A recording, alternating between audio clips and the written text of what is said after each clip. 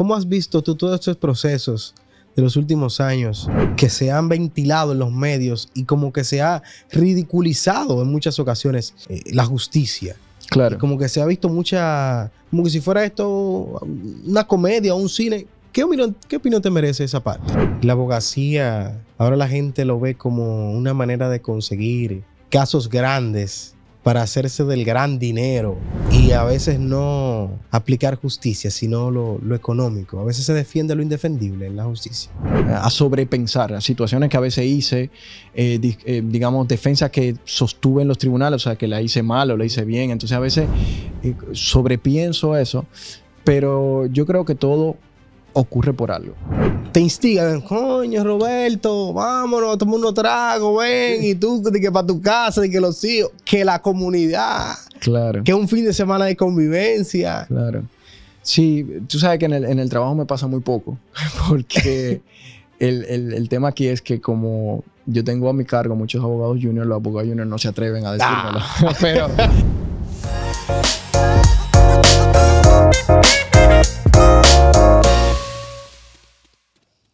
Saludos a todos, CB Opina de nuevo con ustedes. Y hoy me siento contento porque tengo un amigo, tengo un hermano. Y cuando digo hermano, hermano de verdad. Hermano en la fe, tenemos muchos años conociendo, creo más de una década. Pero me siento contento porque voy viendo cómo Dios va actuando en su vida. Cómo Dios va interviniendo en su tiempo, sobre todo. Que hablaremos mucho del tiempo. Y cómo Dios le ha ido transformando en medio de una carrera que muchas veces... hace que la gente se pierda o se pierda el norte y que Dios le ha ido iluminando el camino para que no solamente tenga éxito, sino que también impacte en la vida de los demás. Me siento orgulloso por todo lo que ha logrado y me siento de verdad bastante contento y un poco nervioso también por tenerlo aquí, pero más porque vamos a conocer su historia y como yo me la voy a disfrutar, ustedes también se la van a disfrutar. Y les digo, tengo que leer esto porque, y va a ser breve, porque si duro, voy a durar la hora completa. Así que este licenciado en Derecho de la Pucamaima, que graduó cum laude, tiene una maestría en Derecho de Regulación Económica, tiene otra maestría en Derecho Administrativo, tiene un máster en Derecho Constitucional y es especialista en Derechos Humanos. Así es. Con ustedes, Roberto Medina.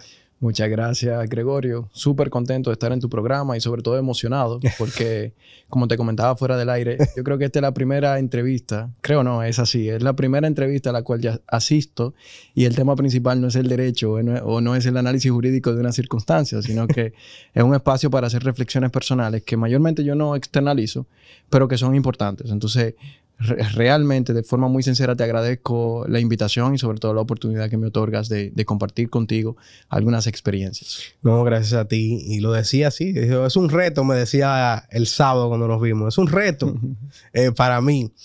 Le digo yo en mi mente, oye, un tipo que está subestrado, está en grandes bufetes de abogados y digo, es un reto. Pero... ¿quién es Roberto Medina? ¿De dónde viene Roberto Medina? Cuéntame un poco para que la audiencia y los oyentes también sepan de dónde el origen de Roberto. Porque a veces te pueden ver dando clases, claro, partiendo una conferencia, estando en la televisión cuando sales con los otros abogados, pero no saben quién es ese o cómo ha llegado ahí. Bueno, mira, como decías, yo soy abogado, egresado de la Pontificia Universidad Católica Madre y Maestra. Estudié becado. No es que vengo de una familia pudiente, sino todo lo contrario. Vengo de una familia trabajadora, una familia de clase media baja. Mis padres, muy jóvenes, emigraron a la ciudad de Santo Domingo en búsqueda de una mejor calidad de vida. Mi padre incluso emigró por un tiempo a Estados Unidos y desde muy pequeño pues me enseñaron estos valores del trabajo, la disciplina y la responsabilidad.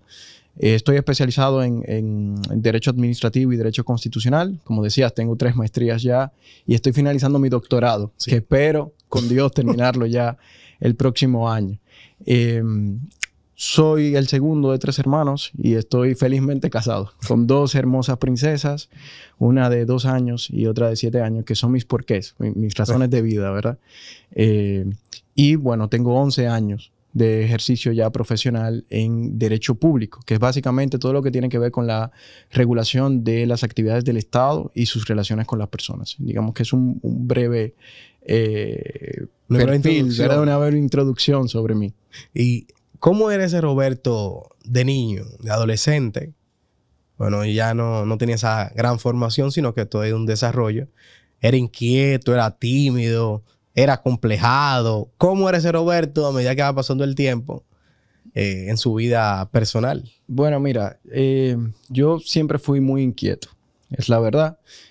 Durante todo el colegio tenía solamente un enfoque que era jugar baloncesto. Ahí dedicaba todo mi esfuerzo. Pero realmente cuando ya llegó el momento de ponerse serio, digamos, de pensar a qué me iba a dedicar toda mi vida, pues entonces ahí comencé a pensar en estudiar Derecho. Y la razón por la que desde el colegio tenía claro que iba a estudiar Derecho es porque yo he sido siempre muy intolerante a los actos de injusticia. Recuerdo que en el colegio nosotros hacíamos travesuras, ¿verdad? Y yo terminaba pidiéndole perdón a la persona que se había afectado por esas bromas pesadas. O sea, siempre generaba ese vínculo de empatía. Entonces, por esa razón de yo ser tan intolerante a los actos de justicia, pues tenía claro desde el colegio que iba a dedicarme a la abogacía. Entonces, la pregunta no era qué iba a estudiar, sino dónde iba a estudiar. Ya me adelanto un poco, ¿verdad? Salto un poco mi niñez. Pero la pregunta era dónde iba a estudiar. Y yo quería estudiar en una universidad privada, como me parece que la mayoría de los jóvenes, ¿verdad?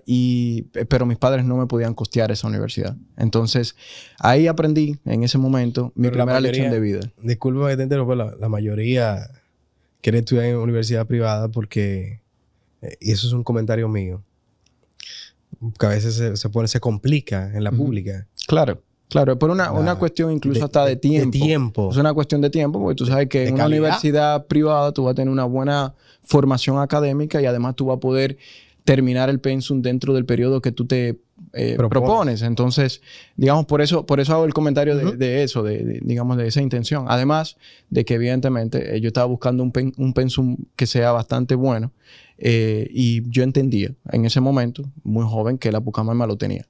Entonces, ahí te decía que aprendí mi primera lección de vida, porque aprendí que el trabajo honesto, el trabajo constante y responsable realmente paga. Y paga muy bien.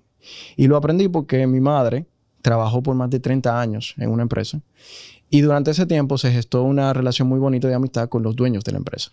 Entonces, cuando llegó el momento de yo tener que decidir a qué universidad voy a estudiar, recuerdo que me llamó el presidente de la empresa, que era don Mario Ramos, era PRIN, la tienda que se dedicaba a la venta de ropa de niños.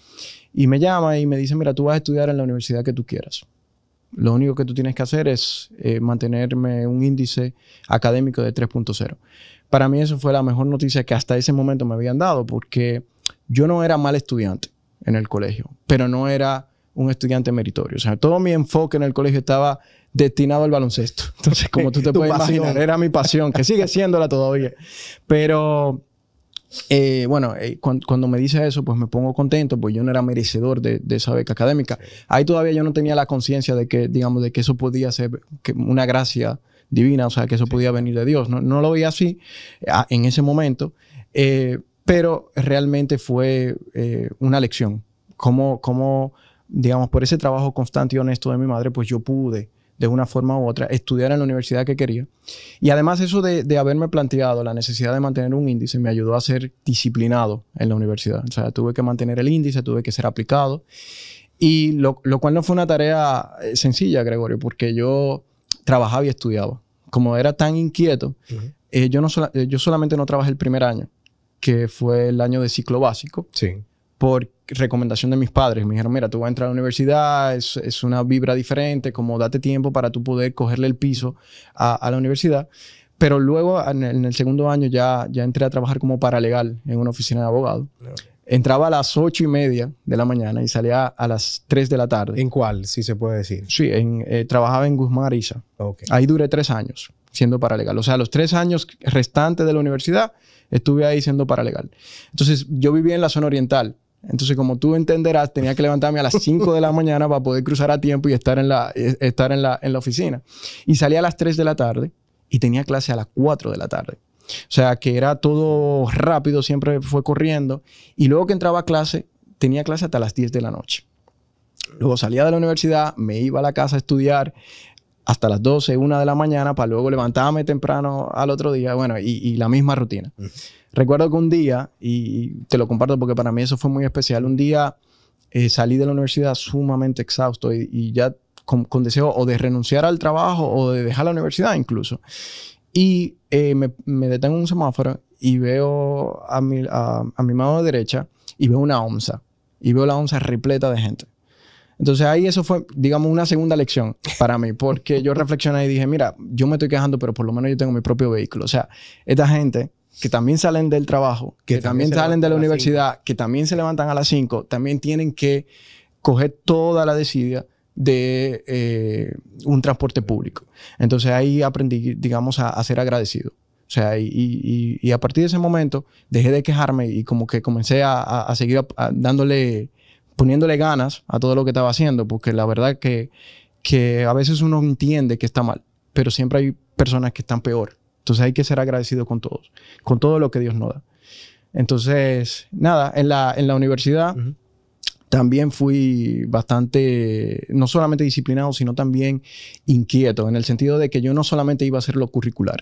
Yo creo que me toca. Yo no voy simplemente a tomar la clase y listo y me voy para mi casa, ¿no? De hecho, mis compañeros del máster, de la licenciatura, de la matrícula, me dicen que me recuerdan siempre como un avión, o sea, moviéndome. Yo no estaba sentado debajo de una mata, en una plazoleta, pensando, no. Yo estaba siempre ejecutando algo.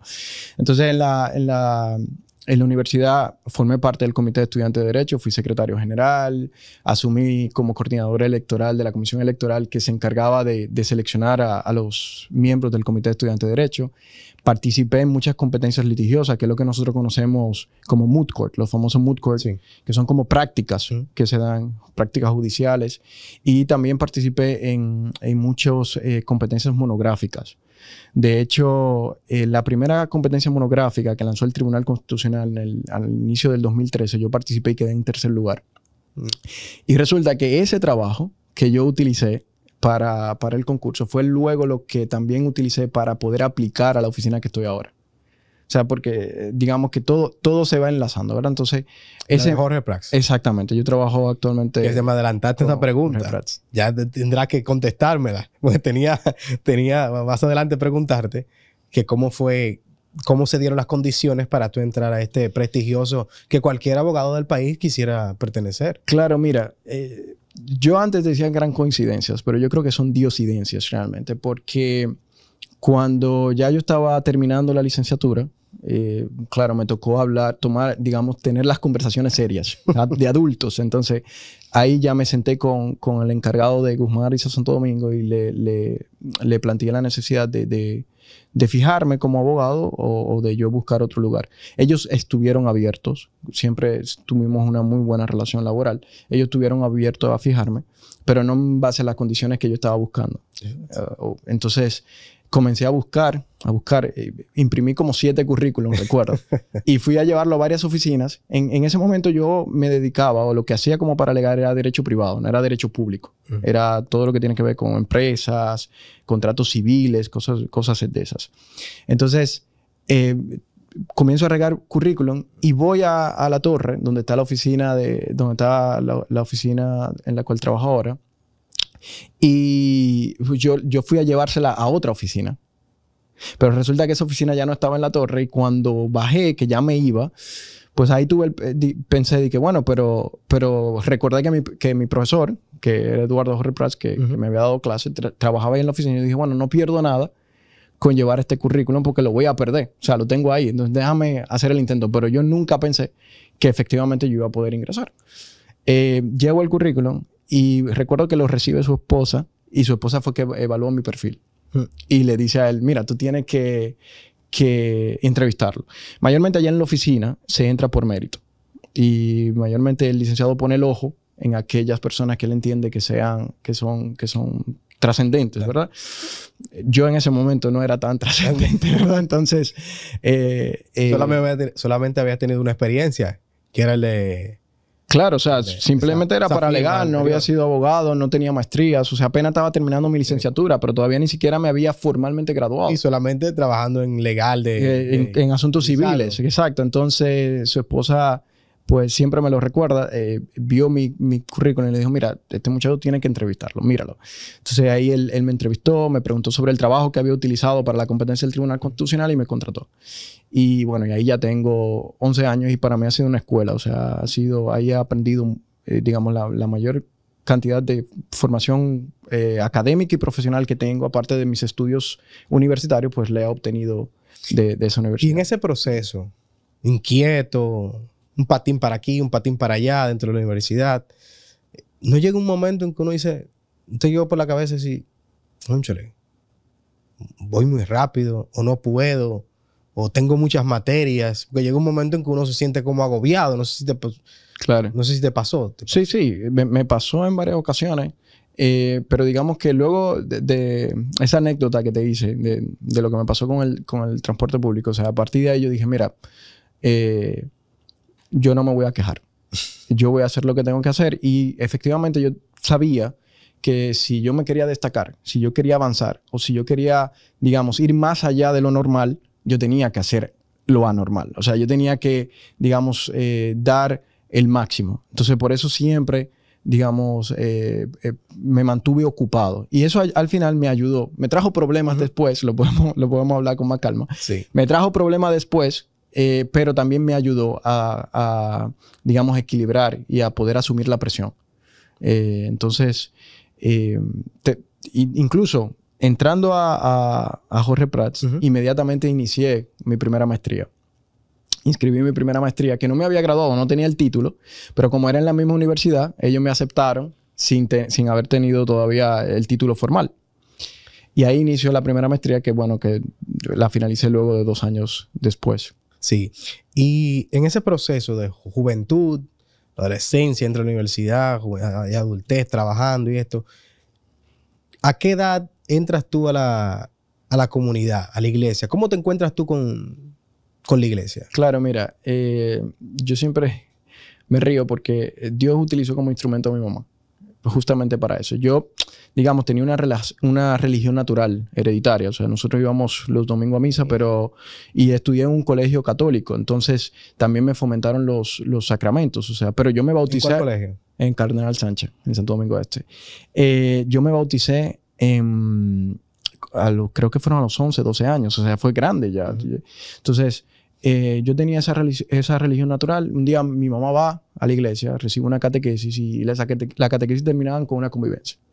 Entonces mi mamá me dice, mira, para yo poder ir a la convivencia, por situaciones que ella tenía de forma personal con mi padre, pero para ella poder ir a la convivencia, ella me dice, yo necesito que tú me acompañes. Y yo, digamos, no quería ir, me resistía. Pero por amor a ella dije, bueno, vamos, te acompaño. Pero resulta que en la convivencia se formó una comunidad. Y en esa comunidad, pues no solamente habían personas mayores, o sea, envejecientes o mayores de edad, o de alta edad, ¿verdad? Sino que también habían jóvenes igual que yo. Entonces ahí comencé a gestar una relación de amistad con cada uno de ellos.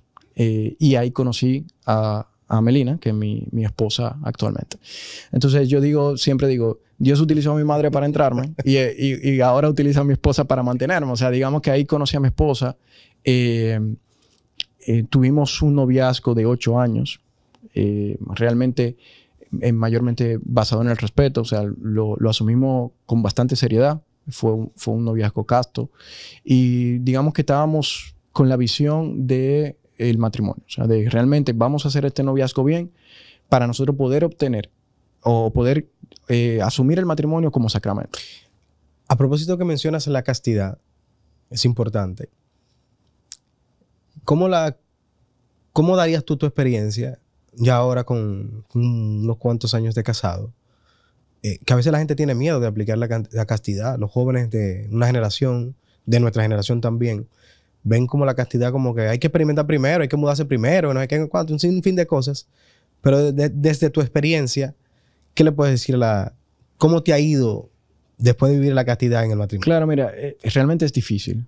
Mantener un noviazgo casto es difícil, pero permite que tú te enfoques en otras cosas. Y eso va fortaleciendo ese vínculo que tú vas construyendo. Porque luego que tú te casas, luego de que tú adquieres el sacramento del matrimonio, debe de haber una visión distinta sobre el amor. Ya no es una cuestión de enamoramiento, de apasionamiento. Existe el enamoramiento, existe la pasión, pero ya es una cuestión de amor. Y el amor, digamos, tiene unas implicaciones más distintas. Entonces, cuando tú te exiges o renuncias, digamos, muchas veces a aspectos que son naturales, a ese impulso que tú tienes, ¿verdad? Por amor. Entonces tú vas construyendo, tú vas gestando o aprendiendo implícitamente a lo que realmente es amar al otro. Y digamos, a tener esa visión del amor en forma de donación. O sea, yo voy a hacer esto, lo voy a hacer como sacrificio, pero para yo, digamos, por algo final, que es el matrimonio, porque amo a esa persona. Pues, me voy a renunciar a mis instintos naturales, voy a renunciar a mi ego, a mi orgullo, para poder, digamos, entregarme luego a esa persona. Entonces, realmente es una experiencia, es retadora, pero es una experiencia muy bonita que tengo del noviazgo. Luego que tú haces tu primera maestría, haces una segunda. Claro. Una vez termino la primera maestría, resulta que en la universidad unificaron 2 programas. Yo hice regulación económica, como tú decías, pero entonces unificaron regulación económica y derecho administrativo. Entonces ahí yo contacté a la escuela y le dije, mira, si tú me convalidas las materias de regulación económica. Y me dijeron, sí. Si tú haces un año de derecho administrativo, tienes tu segundo título. Y yo, pues perfecto. Inmediatamente me apunté. Hice mi segunda maestría, que fue regulación económica y derecho administrativo. Pero terminando esa segunda maestría, todavía no había presentado tesis. Entonces se me presenta la oportunidad de irme a España, que a hacer mi tercera maestría. Pero ahí, no sé si tengo el dato bien, en la segunda o la tercera, ¿cómo viste tú esa experiencia? No sé si ya Melina estaba dando a luz o dio a luz y tú tuviste que irte. Claro. Háblame de esa experiencia, que es un tema de también cierto grado de ausencia, de ibas teniendo tus dificultades ya como esposo. Háblame de esa experiencia, de ese tiempo que tal vez te movió también a ti, de esa experiencia. Mira, te decía, inmediatamente termino la segunda, o sea, me dan la beca, Fundación Carolina, que es una institución española, me da la beca para irme, pero ahí las circunstancias eran completamente distintas. Ya yo estaba casado, yo me casé joven y ya había nacido mi primera hija, tenía 1 año. Entonces la decisión era más complicada, era irme y dejarlas. Por 1 año. Entonces tomamos la decisión familiar de hacerlo, de hacer el sacrificio, y me voy. Y bueno, y en España, pues ahí no solamente eso me ayudó a formarme profesionalmente, sino que además cambió mi concepción de vida. ¿Por qué cambió mi concepción de vida? Porque en España yo estaba haciendo lo que yo quería. O sea, digamos, yo iba, cogía clases y luego entraba a la biblioteca y duraba hasta las 7:30 de la noche en la biblioteca escribiendo, leyendo, o sea, haciendo una rata de laboratorio. Y es algo que a mí me gusta, la investigación, pues a mí me apasiona. Y yo estaba haciendo lo que a mí me gustaba, pero una vez yo salía de la biblioteca, me iba a la casa. Yo había arrendado o alquilado una habitación pequeñita que tenía una ventana, pero no entraba el sol ni siquiera porque, o sea, el resplandor del sol, porque la ventana daba al patio. Era como entonces, de ventilación. O sea, es una locura. Entonces yo llegaba a esa habitación a estar solo. Y eso es algo que yo le agradezco a Dios, que me permita vivir la soledad tan joven. ¿Por qué? Porque al yo vivir la soledad ahí en España, pues ya mi concepción de vida cambió. Ya mi misión de tener dinero, de tener mucho reconocimiento, ya comenzó a pasar a ser un segundo plano. Ya yo dije, mira, ya yo sé lo que es estar solo. Por lo tanto, para mí lo más importante es mi familia. Y eso fue importantísimo porque, como tú entenderás, como yo siempre tenía mucha carga de trabajo, como yo siempre fui workaholic, cuando yo me casé, yo seguía siendo workaholic. Sí. O sea, te digo, o sea, no solamente estaba en el trabajo, yo daba hasta 3 clases, 3 asignaturas, o sea, era una locura. Entonces, ya eso estaba... Eso implica llegar tarde a la casa. Encontrar a todo el mundo durmiendo. Implica robarle tiempo a mi familia. Entonces, ya eso, digamos, estaba teniendo ciertas dificultades en mi matrimonio, en mi familia. Y bueno, y al regresar de España, pues vengo con esa visión. Además que tuve acercamiento a pensadores clásicos importantes. Muchas veces uno lo menciona. Y antes de llegar ahí, en ese proceso de ausencia, tantas clases, llego tarde, encuentro a las personas durmiendo, mi hija durmiendo, no disfruto ese balbucear de los detalles de esos pequeños momentos. También entra la discusión con la esposa. Y en ese momento tal vez tú sentías que tenías la razón, de que tú lo estabas haciendo por tener una familia acomodada. Que no pase ninguna... Totalmente. Digamos que... ¿Qué discusión o qué conversación tuviste con tu esposa que tú dijiste o tú asumiste, tienes razón? Mira, a mí me costó decirle a mi esposa que tenía razón. Porque sabía que porque sabía que eso me iba a jugar en contra después. Pero al final se lo dije. Se lo dije después con mucha madurez.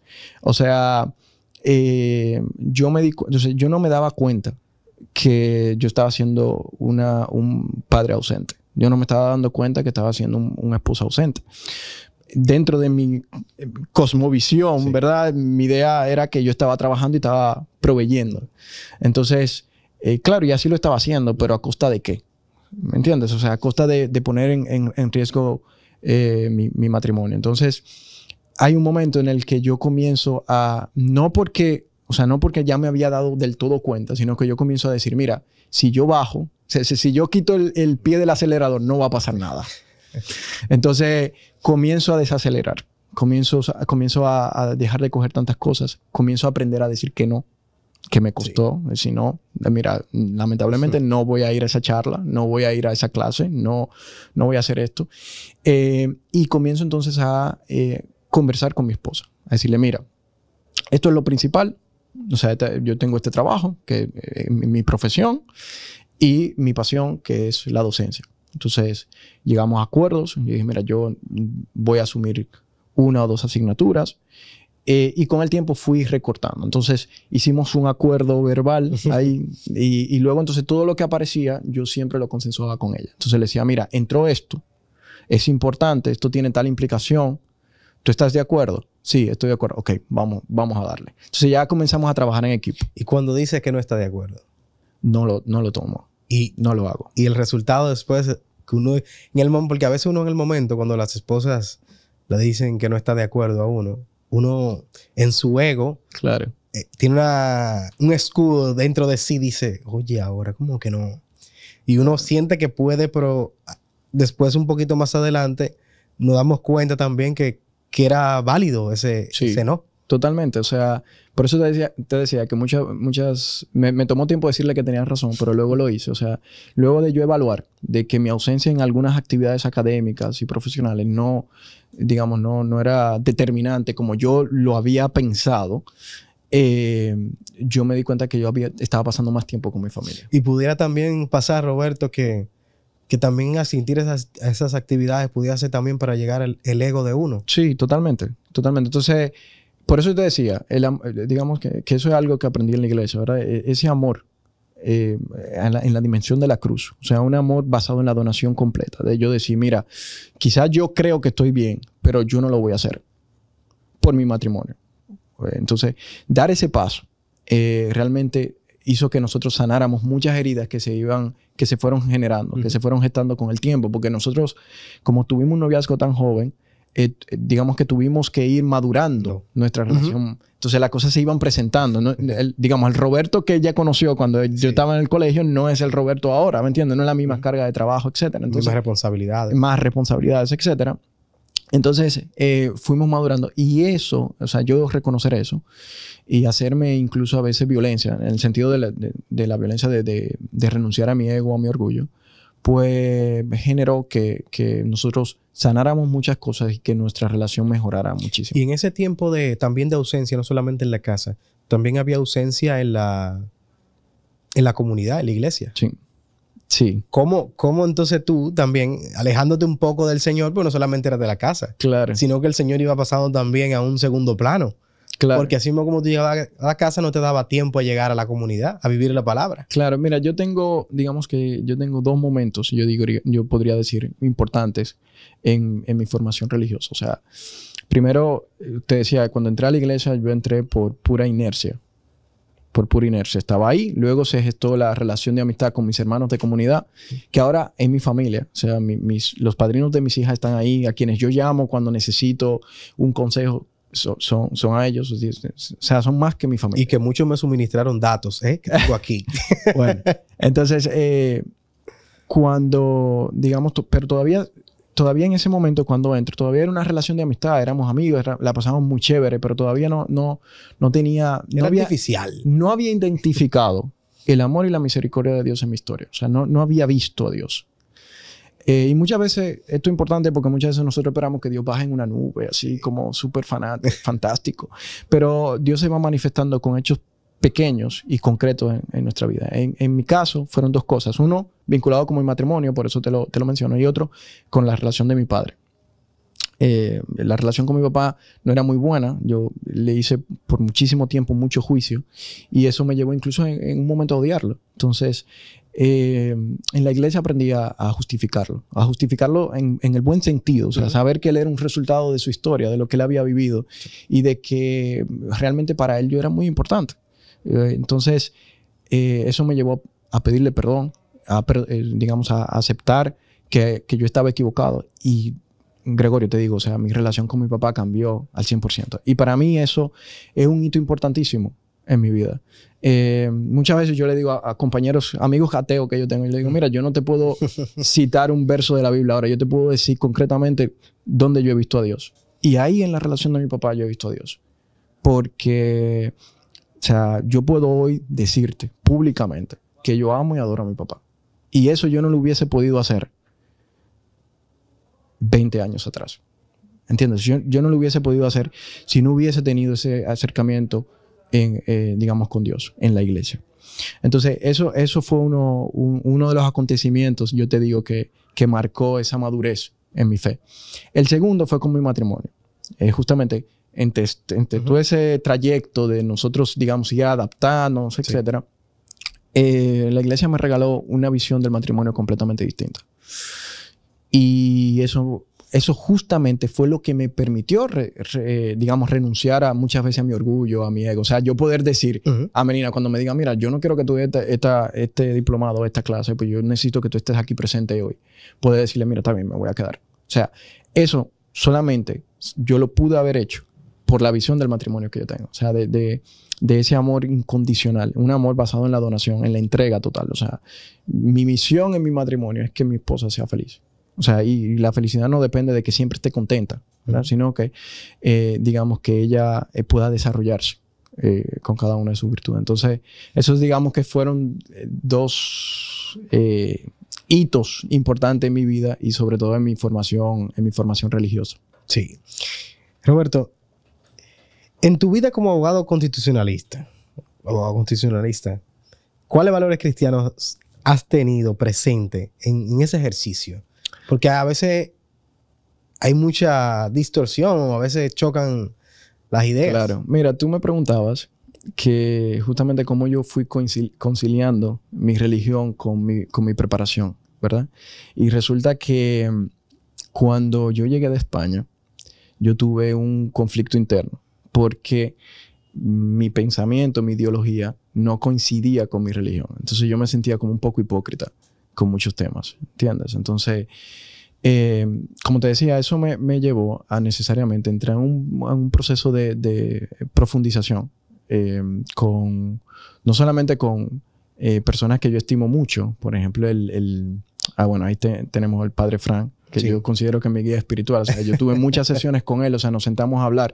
Al final yo terminaba hablando, ¿eh? O sea, él se sentaba, yo le planteaba el problema y le daba y le planteaba 2 o 3 soluciones. Eso es normal en Frank. Al final uno termina hablando de uno. Claro, pero entonces, ¿qué te digo? Yo tuve acercamientos, y era lo que te comentaba anteriormente, tuve acercamientos a muchos pensamientos, incluso pensamientos clásicos, que me ayudaron a materializar la visión que yo quería construir y que era consona con mi estilo de vida cristiano católico, ¿verdad? Y, por ejemplo, me acuerdo, y no te voy a aburrir con esto, pero me acuerdo que leía a Aristóteles, y Aristóteles decía algo interesantísimo y hablaba sobre la vida feliz, o sea, ¿qué es ser feliz? Y entonces él decía, bueno, una vida feliz es una vida virtuosa. Y Aristóteles decía, y hay 2 tipos de virtudes: las virtudes intelectuales, que es la prudencia, la inteligencia, la ciencia, y las virtudes vinculadas con las pasiones, que es la posibilidad de domesticar tus emociones. Y luego Santo Tomás de Aquino, que fue, digamos, es mi santo favorito. O sea, yo me encontré con él y bueno, y fue amor a primera vista. Uno dice, yo tengo un profesor que decía, bueno, un día una persona me saludó y me dijo, mira, tú y yo somos grandes amigos, aunque no nos conocemos, pero yo siempre ando con tus libros. Entonces, así me pasó con Santo Tomás. Yo lo conocí a través de sus escritos. Y Santo Tomás agregaba tres virtudes adicionales, que es las virtudes teologales, que es la fe, la caridad y la esperanza. Entonces, ¿por qué te menciono esto? Porque yo en mi ejercicio profesional, pues justamente trato de tener una vida virtuosa. Y poder ejercer esas virtudes de manera digna y procurar, en el caso de mi profesión, justamente recordar lo que me llevó a mí a estudiar Derecho. O sea, tratar de buscar la justicia en cada uno de esos acontecimientos. Entonces, digamos que eso es lo que trato de hacer. A través de esta formación religiosa, pues tratar de rescatar esos principios, que muchos de esos principios son fundamentos del Estado, pero eso es otra conversación. Pero rescatar estos principios, estas virtudes, es el principio de justicia, de libertad, de igualdad, de dignidad, que son principios que surgen de la ética cristiana del amor. Háblame, ahora entrando un poquito como, porque si tiene cierto grado político, la pregunta que te voy a hacer ahora. Háblame de los retos, porque tú estuviste involucrado en la ley 4323. Claro. Háblame de la satisfacción después de ser promulgada y del proceso también. Claro. Esa es la ley de lengua de señas. Sí, ¿verdad? La ley de lengua de señas. Mira, para mí fue una experiencia inolvidable. O sea, me tocó acompañar a la Asociación Dominicana o Asociación Nacional de Sordos en el proceso de promulgación de este proyecto, de someterlo y promulgarlo. Entonces, pasaron muchas cosas interesantes porque en el Congreso es bastante complicado lograr que se apruebe un proyecto. Hay muchos intereses políticos, hay muchos intereses personales. Entonces, digamos que fue una sesión, duramos 2 años en reuniones constantes con las distintas comisiones que se formaron en el Congreso. El proyecto perimió en varias ocasiones. Ese proyecto lo impulsó Tobías Crespo. Entonces, al final yo le dije a Tobías, mira, déjame trabajarte el proyecto. Déjame hacer el proyecto. Entonces elaboré el proyecto, se lo pasé a Tobías y él lo sometió. Entonces ahí inicié con los sordos un conjunto de actuaciones. O sea, y le dije a ellos, mira, tenemos que ir al Congreso. Tenemos que pararnos frente al Congreso. Ustedes tienen que tratar de hacerse notar. Lo hicimos y las cosas fueron ocurriendo. Toqué también las puertas de amigos que realmente se identificaron con el proyecto. En ese momento José Horacio era diputado, Tobías Crespo también, quien fue que impulsó el proyecto, y otros legisladores pues también lo asumieron como propio el proyecto y se logró. Cuando se aprueba el proyecto, entonces ahí contacto a un amigo en el Palacio y le digo, mira, estas personas, o sea, la comunidad sorda, necesita sentir que el Estado lo apoya. Vamos a hacer una actividad o trata de fomentar una actividad de promulgación del proyecto. Mayormente las leyes se promulgan sin ningún tipo de actividad, pero bueno, en ese caso el gobierno actual decidió hacer un acto de promulgación. Ellos fueron al Palacio, yo lo acompañé y estaban, digamos, sumamente contentos. Entonces, todo esto fue de manera pro bono, o sea, simplemente para acompañarles y ayudarles. Y la satisfacción. Falta. Claro. Que la gente que tiene limitaciones para de estar en esos escenarios de la sociedad común, sienta que el Ejecutivo le apoya, que le acoge y que trabaja y que pone al servicio los recursos del Estado para ellos, porque es un Estado que por décadas, por años, ha quedado de ver con el que menos tiene, con el que... Eso es un comentario mío, no de Roberto, por si acaso. Con el que menos tiene y que le ha costado. Y cuando yo vi ese acto, muy bonito, muy simbólico, eso también manda un mensaje. Y de que la próxima administración o esta misma administración se iba dando ese reto de poder hacerle sentir a ese que cree que el Estado no llega donde él, hacerlo sentir de verdad importante, lo que somos, Claro. una sociedad. Así fue. Fue realmente una experiencia bastante satisfactoria. O sea, verlo a ellos, ver lo contentos que estaban de haber logrado algo que ellos habían ideado, habían pensado hace mucho tiempo, y yo simplemente poder colaborarle para que eso llegara a feliz término, pues realmente fue una experiencia muy bonita. De todos los casos y todas las cosas que has vivido, ¿cuál ha sido el caso que te ha dejado más marcado, que te ha puesto a reflexionar cuando pones la cabeza en la almohada, que tú dices, yo no sé cómo es que vamos a salir de esto, cómo es que vamos a resolver este problema? Mira, yo he participado en muchos casos emblemáticos, porque una de las características de la oficina en que yo trabajo ahora es que nosotros somos cirujanos. Así digamos que lo hablamos yo y mi jefe mayormente. Y si entra también esa ecuación, si tu vida de fe entra también en claro, en las decisiones. Sí, mira, te decía, nosotros somos como cirujanos. O sea, ¿qué quiere decir eso? Que mayormente los casos que llegan allá son casos complicados y que tienen mucha trascendencia o impacto dentro de la sociedad. Entonces, yo he tenido muchos casos grandes de renombre en los cuales he participado y han sido una experiencia muy bonita. Por ejemplo, nosotros tuvimos el caso de CONEP con el sindicato de transportistas, que básicamente lo que se buscaba era poder regular el sector y bueno, de ese caso salió la ley 6317, que es la ley de transporte. Y hemos tenido otros casos vinculados con publicidad en el ámbito político, con las empresas radiodifusoras. He participado en casos vinculados al carnaval, defendiendo, digamos, el de La Vega, ¿no? Sí, el carnaval de La Vega. En dos etapas distintas, no solamente en lo que pasó de manera comercial, sino también lo que pasó antes de eso, que era que se buscaba prohibir el carnaval o establecer unas restricciones que cambiaban, digamos, la esencia del carnaval. Entonces han sido casos muy emblemáticos. Ahora bien, yo tengo casos particulares que quizás no son tan emblemáticos, o sea, no han ido a la palestra, pero que para mí han significado mucho. Por lo que te decía de que soy intolerante a los actos de injusticia. Recuerdo que tuve un caso de una persona que le habían autorizado el desalojo. Un desalojo completamente arbitrario de su vivienda familiar. Era una señora mayor, muy mayor.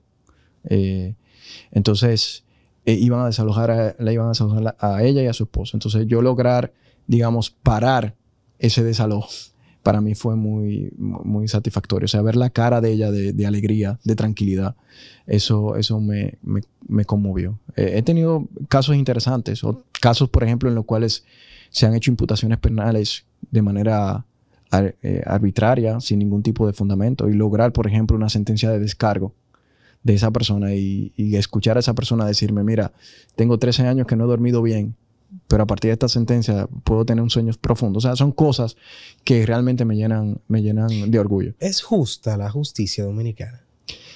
Aspira a ser justa. Aspira a ser justa. De hecho, todo el sistema jurídico se sostiene sobre el principio, entre otros, pero sobre el principio de justicia. Nos falta mucho para llegar ahí. Nos falta mucho. Hay muchos errores, muchas fallas en el sistema. Pero hay algo que yo siempre le digo a mis clientes y también forma parte de mi convicción religiosa. O sea, le digo, mira, Dios no se queda con lo de nadie. Y la justicia es lenta, pero llega. O sea, yo he tenido personas que han estado en casos 20 años, 25 años y al final tienen una sentencia favorable porque la verdad siempre digamos, sale a la luz. O sea, se puede mantener y se puede reforzar. Entonces, yo creo que aspira a ser justa. Y yo creo que todos los servidores judiciales, todos los que nos vinculamos con el sistema de justicia, incluyendo los abogados, tenemos que fomentar que la justicia sea justa. Tenemos que, digamos que con nuestro ejercicio particular, pues también contribuir al fortalecimiento del sistema de justicia. ¿Qué caso no aceptarías, Roberto, si llega a la oficina o que no has participado dentro del bufete y tú dices, ¿se puede decir que no dentro del bufete? No quiero participar. ¿No? Sí. Nosotros ¿A qué le has dicho que no? No, todavía no se ha dado la oportunidad. Nosotros sí tenemos... ¿Qué no? Como la pregunta inicial. ¿Qué no aceptarías? Nosotros, digamos, tenemos la libertad en la oficina de abstenernos, digamos, a llevar determinados casos. Pero todavía no se ha dado esa situación por dos cosas. Primero, yo le creo a mis clientes. O sea, cuando un cliente va y me presenta un caso y me presenta una hipótesis y me dice, mira, esto fue lo que pasó, yo lo analizo y si yo veo que tiene fundamento, pues yo lo creo y lo defiendo. Y segundo, porque yo no, digamos, yo, como te decía, yo apelo a la justicia. Entonces, la justicia quizás no es una aplicación irrestricta de la norma. O sea, no es de que, mira, tú hiciste esto y hay que aplicarte la norma. O sea, la justicia lleva muchos aspectos también tangenciales, como que a ti te hagan un debido proceso. Entonces, ¿entiendes? Yo cuido eso. Hablando del debido proceso, disculpa que te interrumpa. ¿Cómo has visto tú todos estos procesos de los últimos años que se han ventilado en los medios y como que se ha ridiculizado en muchas ocasiones la justicia? Claro. Y como que se ha visto como que si fuera esto una comedia o un cine. ¿Qué opinión te merece esa parte? Mira, nosotros tenemos un código procesal penal garantista. Sin embargo, muchas de las garantías que están en ese código se quedan, digamos, en el papel. Y eso es parte, una responsabilidad de los actores del sistema. Porque, por ejemplo, si nosotros tomamos la garantía de la presunción de inocencia y la tomamos como una garantía y la cogemos en serio, pues esos procesos que mayormente son ventilados, en algunos casos por la fiscalía, otros mismo por las partes, pero que son ventilados a los medios de comunicación para poder generar un populismo social, o sea, digamos, la imposición de una pena social anticipada, pues no debería ocurrir. No debería ocurrir. Entonces, si hay fallas en el sistema, se dan esas distorsiones. Y yo creo que es responsabilidad de todos los actores, no solamente de los jueces, sino también de los abogados, de nosotros, pues, contribuir a que efectivamente esas garantías defensivas que forman parte del debido proceso, pues, se hagan realidad. ¿Se puede ser exitoso siendo cristiano? Totalmente. Porque a veces la gente piensa que siendo cristiano se le tiene que decir no a muchas cosas donde tú pudieras tener más bienes, Claro. tener más poder adquisitivo, más poder, que en sociedades como la nuestra queremos acaparar o tener tanto poder que la gente nos rinde pleitesía, respeto. Se puede ser cristiano en medio de toda esta, y más en una clase como la tuya, que todo tiene que ser caro, las camisas tienen que ser caros, los lapiceros tienen que ser caros, los libros tienen que ser caros, el celular tiene que ser caro. ¿Cómo vives tú esa parte? Mira, yo creo que se puede ser exitoso siendo honesto.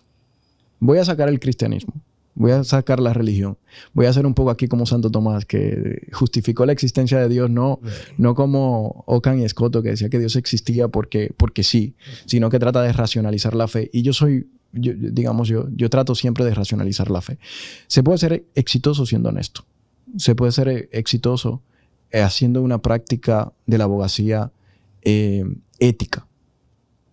Y evidentemente también se puede ser exitoso haciendo una práctica de la abogacía basada en la ética cristiana.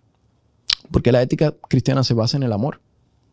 Y eso tiene muchas implicaciones. El trato al otro, reconocer que el otro es igual, que el otro es libre, que el otro es digno. Y todos esos son principios que sustentan el Estado. Mayormente nosotros queremos diferenciar o hacer una separación entre el Estado y la religión, pero no nos damos cuenta que toda nuestra organización jurídico-política está sustentada sobre principios cristianos. Sí. De hecho, me voy más allá. Los derechos que nosotros tenemos ahora mismo, que están en la Constitución y que son fundamentales, tienen carácter de universalidad por las conquistas que han tenido sacerdotes y pensadores cristianos, porque digamos que ese carácter universal viene desde el momento del descubrimiento de América. O sea, Bartolomé de las Casas, el Grito de Montesinos, todo que defendían el derecho de los indígenas, o sea, el derecho como un elemento universal, eran sacerdotes. El pensamiento que está detrás del origen del Estado, o sea, las revoluciones atlánticas, o sea, la revolución inglesa, y perdona, quizás te estoy aburriendo un poco con esto. Adelante. Pero la revolución inglesa, la revolución norteamericana y la revolución francesa, todos se sustentan sobre la idea de que los derechos son derechos que son intrínsecos a la condición del ser humano. Y eso es una visión cristiana. Locke era cristiano, o sea, John Locke, que digamos impulsó la revolución inglesa, era cristiano. Entonces tenía esa visión de que los derechos no son prerrogativas, no son premios, no son dádivas, sino que son algo intrínseco al ser humano y que son externos al propio Estado. Entonces yo creo que se puede ser, y ahí voy directo a tu pregunta, se puede ejercer dignamente la profesión, se puede ser exitoso y además se puede sustentar un buen ejercicio profesional desde una visión cristiana. Claro que sí. Sabes que tiene muchos amigos ateos, muchas creencias. ¿Qué experiencia tienes tú con amigos, con compañeros que han visto tu cambio, tu estilo de vida y que te han tenido la curiosidad de preguntarte de dónde viene eso? Claro. Mira, yo, como te decía, yo le he dicho lo mismo que te he comentado anteriormente. O sea, yo no soy un erudito en la Biblia. O sea, yo no te puedo aquí... Yo sé... Versículos. No te voy a citar versículos ni nada. O sea, no... Sé cómo está estructurada la Biblia, sé cómo va el Antiguo Testamento, sé lo que busca el Nuevo Testamento. O sea, sí, lo conozco. Es como la Constitución. O sea, yo te sé todos los derechos que están en la Constitución, pero puede ser que no me sepa el artículo. ¿Me entiendes? Pero sé que están ahí. Entonces, me pasa lo mismo con la Biblia. Entonces...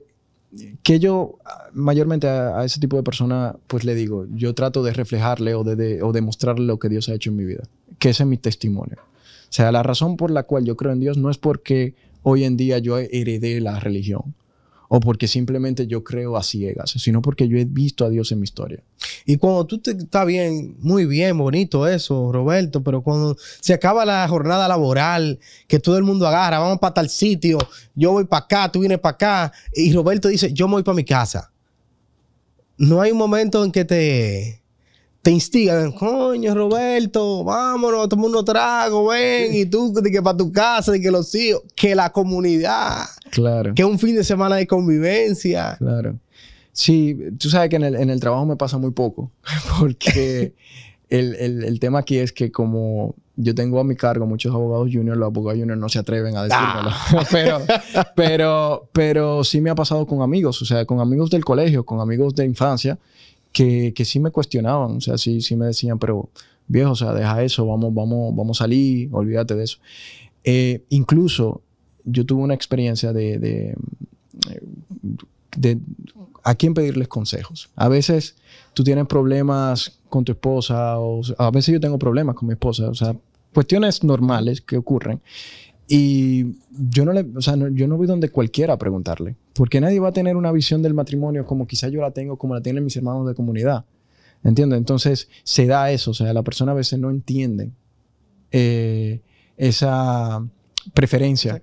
Pero digamos, he tratado de buscar un equilibrio y darle importancia a lo que realmente importa. Y para mí Dios es prioridad. Y es prioridad porque me ha ayudado con mi historia. O sea, me ha ayudado en mi formación personal. Me ha ayudado con mi matrimonio. Me ha ayudado con mis hijos como padre. O sea, entonces yo te digo, yo siempre le planteo lo siguiente. Yo le digo, mira, si Dios existe y yo no creo, me jodí, ¿verdad? Si yo creo y Dios no existe, no pasa nada. No pasó nada. ¿Por qué? Porque al final de cuentas el cristianismo es lo que te lleva a ser mejor persona. Y yo no quiero ser recordado por la cantidad de casos que gané, o sea, el reconocimiento, el dinero que tenía. Antes sí, pero ya no. O sea, sino por el bien que yo le puedo hacer al otro. O sea, o cómo yo he podido influenciar de manera positiva en el otro.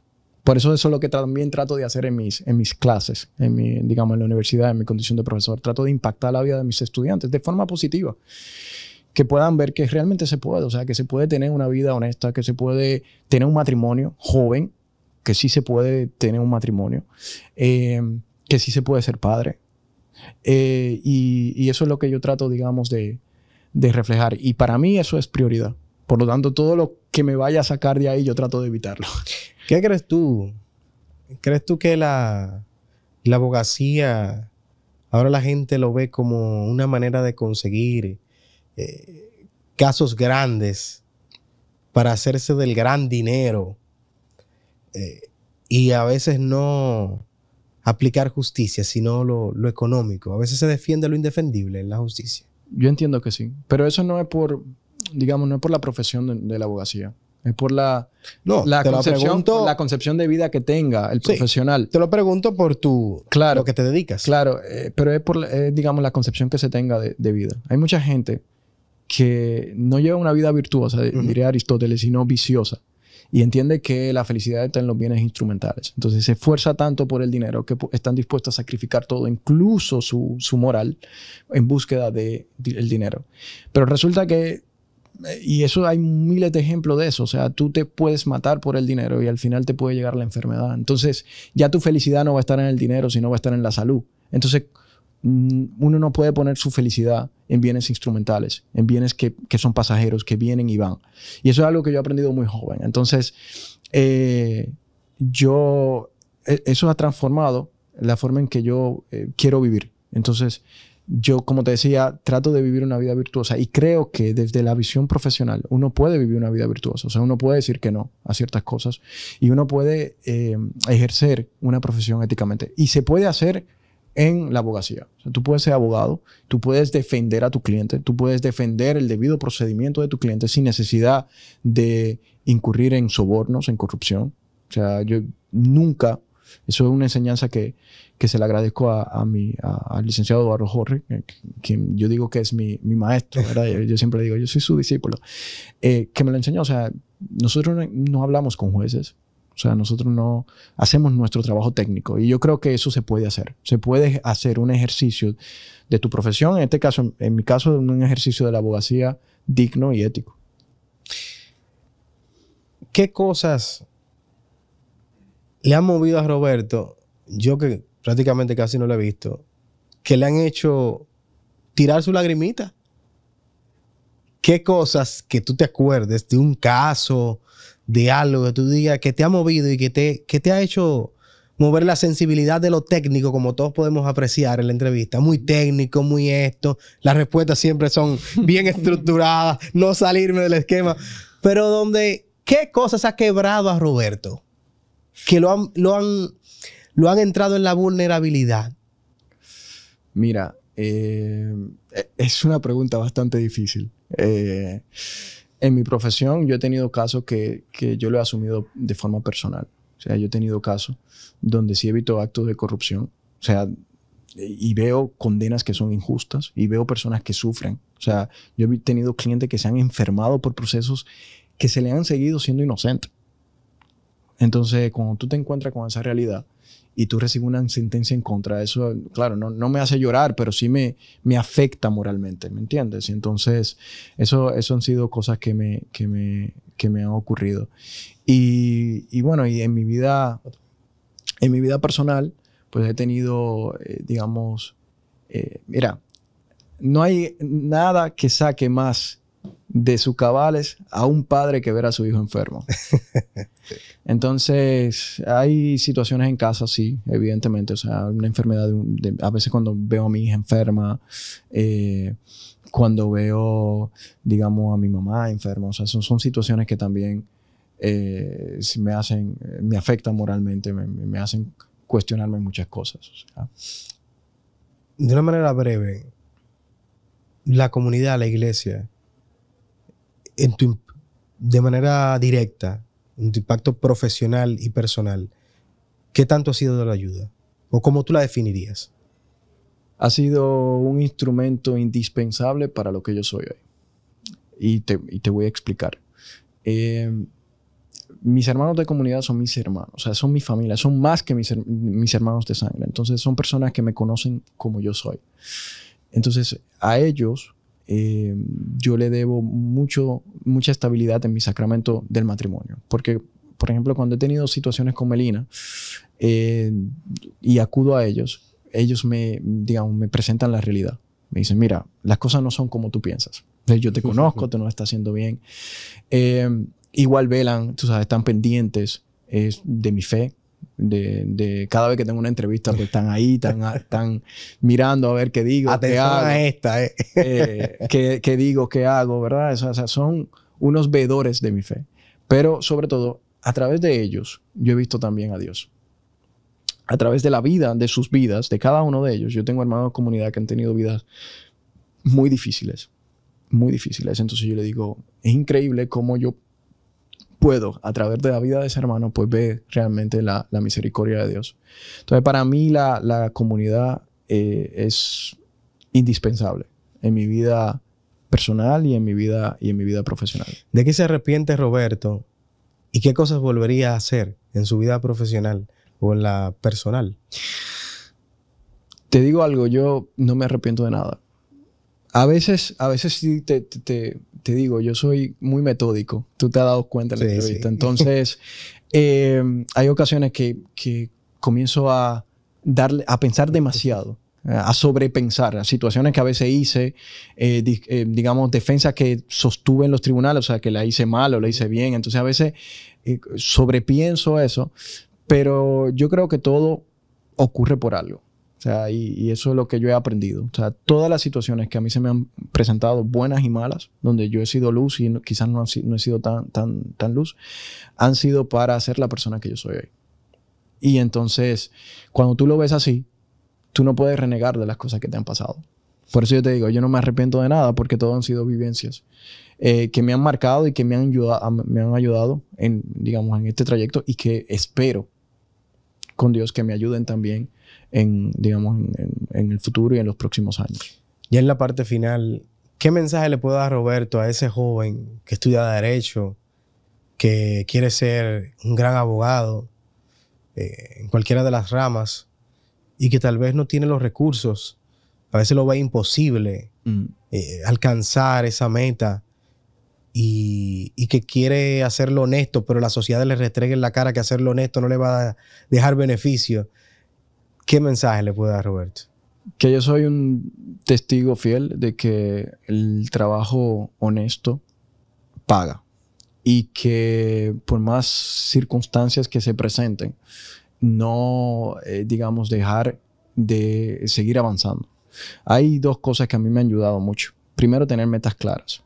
Yo tengo metas claras. O sea, yo sé lo que quiero y lo que persigo. Entonces, tener metas claras. Y luego, lo segundo que me ha ayudado es empujar hasta la saciedad, hasta conseguirlo. Y cuando digo empujar, no necesariamente hay que incurrir a actos desleales o pocos éticos, porque mayormente nosotros como jóvenes estamos en profesiones donde muchas veces se ve la necesidad de tener que pisar al otro para poder crecer. Y yo no he tenido esa necesidad. O sea, se puede crecer con un trabajo constante. Entonces, ¿qué puedo aconsejar? Bueno, no desistir. Y tratar siempre de esforzarse a hacer cosas distintas. O sea, hacer mejores en todo lo que haga. Mi madre siempre me dice que hay que hacer las cosas, eso me lo decía desde niño y yo lo asumí, que hay que hacer las cosas como todas las cosas que tú haces para Dios, como si fueran para Dios. Rápido. En una sola palabra me defines las personas que te voy a mencionar. Melina. Todo. Tu madre. Mi inspiración. Tus catequistas. Mis guías. Un libro que puedes recomendar a ese joven inquieto que te ve y que le puede inspirar tu historia. Bueno, mira, a mí me gusta... Un libro. Ya, a mí me gusta filosofía. Yo leo mucho de filosofía y me gusta mucho la filosofía del derecho. Entonces, hay varios libros que puedo recomendar. Hay uno de Francisco... Bueno, ahora no recuerdo el apellido, pero es Filosofía del Derecho. Luego te lo puedo pasar y tú haces las referencias más adelante. Y luego también me gusta leer mucho a los neocantianos, a Radbruch, etcétera. O sea, que tratan de... ya tú más técnico, tú me dijiste algo rápido, pero que tratan de postular por una relación estrecha entre la moral y el derecho. Muy bien. Entonces, y mis libros favoritos, o sea, yo leo mucho, trato de leer a Santo Tomás. Pero ese libro que recomiendo de Francisco, no me acuerdo el apellido, luego te lo doy, de Filosofía del Derecho, te hace un resumen de todos los pensamientos antiguos y es enriquecedor. Señor, no puedo negar que abogado, le pedí un libro y me ha mencionado varios y me dio hasta referencias. Cabe destacar.